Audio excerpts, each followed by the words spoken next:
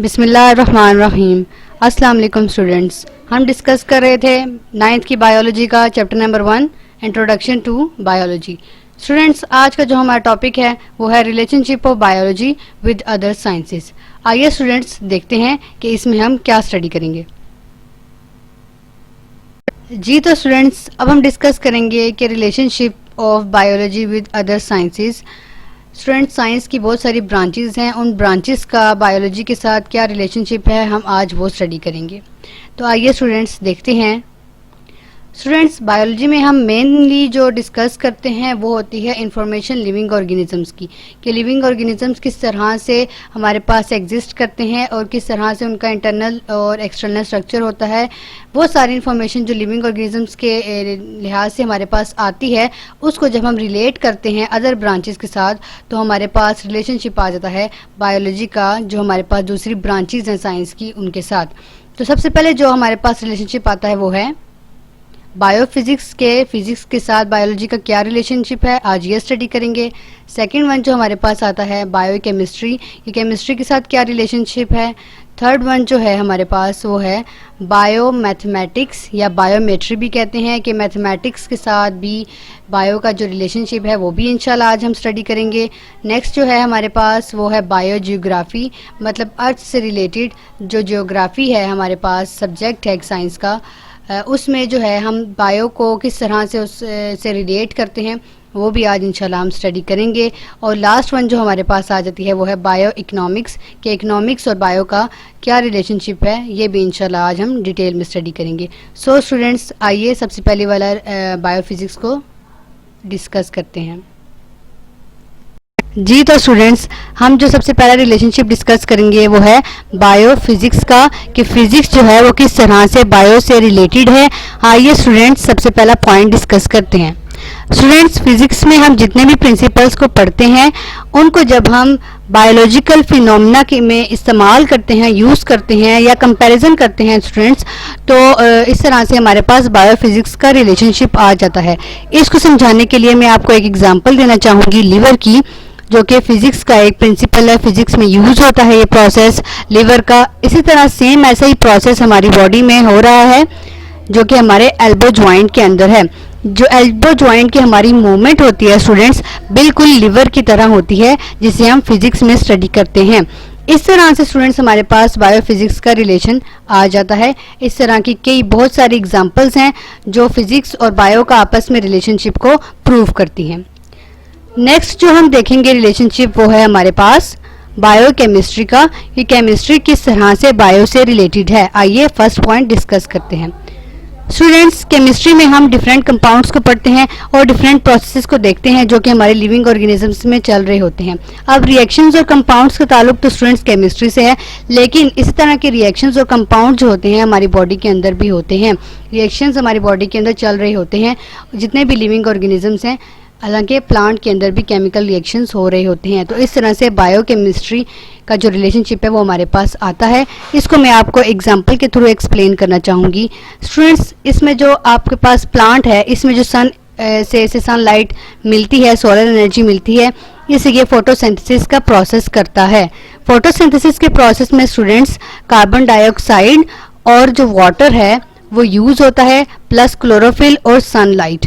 उसके नतीजे में जो हमारे पास प्रोडक्ट बनता है वो होता है शुगर, जो कि ग्लूकोज भी होता है, और ऑक्सीजन भी एज जो प्रोडक्ट है वो हमारे पास रिलीज होता है।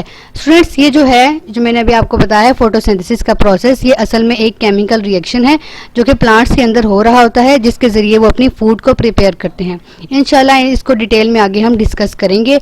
इस तरह से स्टूडेंट्स, इस एग्जाम्पल के थ्रू हमें पता चल रहा है कि बायोकेमिस्ट्री का किस तरह से आपस में लिंक है। इसी तरह स्टूडेंट्स, हमारी बॉडी के अंदर भी कई प्रोसेसेस, केमिकल प्रोसेस जो होते हैं वो हो रहे होते हैं, रिएक्शंस हो रहे होते हैं, और इस जो कि प्रूव करता है कि केमिस्ट्री का बायो के साथ क्या रिलेशनशिप है। तो स्टूडेंट्स, ये केमिस्ट्री और बायो का भी जो रिलेशनशिप है बहुत सारी एग्जांपल्स से साबित है। बहुत सारी ऐसी एग्जांपल्स हैं, ऐसी रिएक्शंस हैं हमारी बॉडी के अंदर हैं, लिविंग ऑर्गेनिजम्स के अंदर हैं, प्लांट्स के अंदर हैं, जो कि हमें ये बताते हैं कि बायोकेमिस्ट्री का क्या रिलेशनशिप है।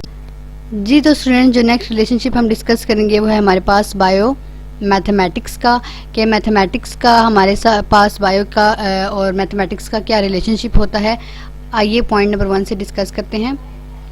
स्टूडेंट्स, असल में हमारे पास जितना भी बायोलॉजिकल प्रोसेस हो रहे होते हैं, मतलब जो एक्सपेरिमेंट्स वगैरह हम करते हैं, उन एक्सपेरिमेंट्स के ज़रिए जो हमारे पास डाटा आता है, जो डाटा हम कलेक्ट करते हैं स्टूडेंट्स, वो हम सेवरल मैथमेटिकली टेक्निक्स और टूल्स और रूल्स वगैरह से हम उस डाटा को निकालते हैं, और डाटा जो होता है एक्सपेरिमेंट्स के ज़रिए जो हमें हासिल होता है। तो इस तरह से बायो और मैथमेटिक्स का जो है आपस में रिलेशनशिप है। ये दोनों ब्रांचेस आपस में इंटरलिंक्ड हैं, और ये इससे हमारे पास एक्सपेरिमेंट्स के बाद डाटा आता है। आइए स्टूडेंट्स नेक्स्ट मूव करते हैं। जी तो स्टूडेंट्स, अब हम डिस्कस करेंगे नेक्स्ट रिलेशनशिप को, जो कि है बायो जियोग्राफी का। क्या जियोग्राफी का बायोलॉजी के साथ क्या रिलेशनशिप है? स्टूडेंट्स, इसमें सबसे पहला पॉइंट हम पढ़ेंगे वो है, स्टूडेंट्स बेसिकली इस पॉइंट में बताया जा रहा है कि जितने भी स्पीशीज़ वगैरह होती हैं, डिफरेंट किस्म की स्पीशीज़ हमारे पास एग्जिस्ट करती हैं, वो किस तरह से डिफरेंट जियोग्राफिकली रीजन्स जो होते हैं हमारे पास, उसमें जाके एग्जिस्ट कर रही होती हैं, और किस तरह से वहाँ पे वो अपना एग्जिस्टेंस मेंटेन करती हैं, और किस तरह से वो स्पीशीज़, डिफरेंट स्पीशीज़ जो होती हैं, वो किस तरह से डिफरेंट जियोग्राफिकल एरियाज़ में, जो वर्ल्ड के हमारे दुनिया में जितने भी एरियाज़ हैं जियोग्राफिकली, उनमें किस तरह से डिस्ट्रीब्यूट हुई हैं। स्टूडेंट्स, ये सब चीज़ें हम बायो जियोग्राफी के अंदर ही स्टडी करते हैं। इसमें एक एग्जांपल देना चाहूँगी स्टूडेंट्स, प्लांट्स के लिहाज से, कि जो कैक्टस है वो किस तरह से डेजर्ट में एग्जिस्ट करता है, और किस तरह से वो अपनी एग्जिस्टेंस मेंटेन करता है, खुद को ट्रांसपायर नहीं करता, ट्रांसपायरेशन होने से रोकता है। इसके लीव्स आप देख सकते हैं नहीं होते, इसकी जो प्लांट बॉडी होती है वो जो होती है उसके ऊपर कांटे होते हैं, ताकि वो ट्रांसपायरेशन को कम से कम कर सके, और इनके अंदर स्टोमाटास भी बहुत कम होते हैं ताकि वाटर लॉस कम हो, और इनके रूट्स जो होते हैं स्टूडेंट्स वो बहुत नीचे गहराई तक फैले होते हैं, ताकि वाटर को जो है नीचे से सक करके प्लांट तक लेकर आ सकें। तो ये सारी एडेप्टेशंस जो होती हैं, और जिस तरह से ये एग्जिस्ट कर रहे हैं यहाँ पे, जिस तरह से ये डिस्ट्रीब्यूट हुए हुए हैं, ये सब चीज़ें हम बायोजियोग्राफी के अंदर स्टडी करते हैं। सेकेंड वन जो हमारे पास एग्जांपल आती है स्टूडेंट्स पोलर बियर की, ये जिस तरह से ये पोलर बियर भी एक स्पीशी है, एनिमल की स्पीशी है, ये किस तरह से इस जो कोल्ड एरिया है, जो जियोग्राफिकल रीजन है जो कि कोल्ड है, इसमें किस तरह से ये एग्जिस्ट कर रहा है, और किस तरह से ये डिस्ट्रीब्यूट हुए होते हैं। इसके अलावा भी बहुत सारे ऐसे ऑर्गेनिजम्स हैं जो इस तरह के कोल्ड इन्वायरमेंट में एग्जिस्ट करते हैं, और बहुत सारी ऐसी स्पीशीज़ हैं वो किस तरह से ऐसे एरियाज में डिस्ट्रीब्यूट हुई होती हैं। ये सारी चीज़ें स्टूडेंट्स हम बायोजियोग्राफी के अंदर स्टडी करते हैं। स्टूडेंट्स, जो लास्ट वन हमारे पास रिलेशनशिप आ जाता है वो है बायो इकोनॉमिक्स का। स्टूडेंट्स, इसमें हम स्टडी करते हैं कि जो ऑर्गेनिजम्स हमारे पास होते हैं उनको हम इकोनॉमिकल पॉइंट ऑफ व्यू से देखते हैं कि वो किस तरह से हमारे पास इकोनॉमिकल पॉइंट व्यू से एग्जिस्ट कर रहे हैं। फॉर एग्जांपल, इसमें मैं आपको वीट की एग्जांपल देना चाहूँगी कि वीट की जो क्रॉप होती है उसको अगर हम देखें कि उसमें हमारे पास कॉस्ट वैल्यू क्या है और हमें उससे क्या प्रॉफिट हुआ है, तो इससे स्टूडेंट्स हम कैलकुलेट कर सकते हैं कि हमें कितना लॉस हुआ है, कितना बेनिफिट हुआ है इस वीट क्रॉप में।